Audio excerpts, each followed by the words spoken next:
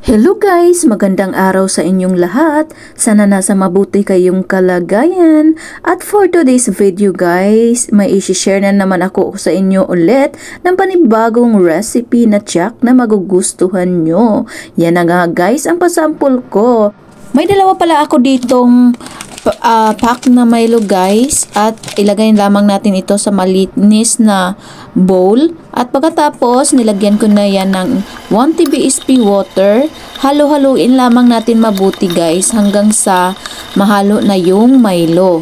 At pagkatapos yun guys, isit aside muna natin yan kasi mag-prepare tayo ng ating egg mixture at saka flour. So naglagay pala ako una dyan guys ng isang itlog, at pagkatapos 1 TBSP sugar. At halu-haluin lang natin guys hanggang sa mahalo na yung itlog at saka yung sugar.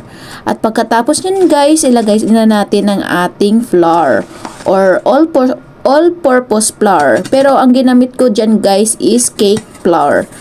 Pwede din kayo gumamit kung anong flour ang gusto nyo. So, i-mix lang natin ng mabuti guys hanggang sa wala nang buo-buo at ma-mix mabuti yung ating harina. So, kung na-mix na natin ang ating egg mixture guys, haluin lang natin yung ating Milo at saka egg. Yan guys, halo-haluin lang natin para ma-well to combine ang ating mga ingredients. So, halo-haloin natin mabuti guys. Kung umabot pala kayo dito sa aking video guys, nagustuhan nyo ang aking video, and don't forget to comment down below kung natutunan nyo ang aking recipe for today. So, naglagay na pala ako dyan ng oil guys. Pwede din kayo maglagay ng margarine.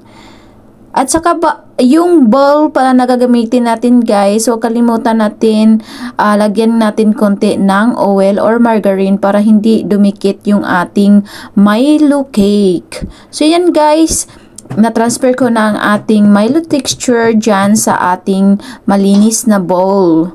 So nakapag-boil na pala ako ng tubig dyan guys. So ilagay na natin yung ating Milo. Tapos, takpan natin at lutuin natin for 8 to 10 minutes. So, pagkatapos ng 10 minutes guys, yan na.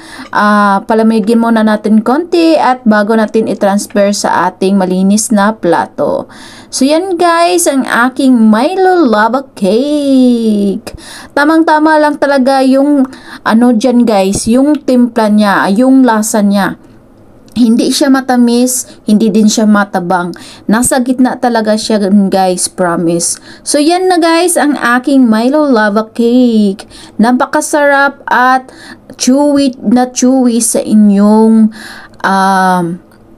mouth-watering. Charot, chewy na chewy tapos mouth-watering. Ano ba talaga?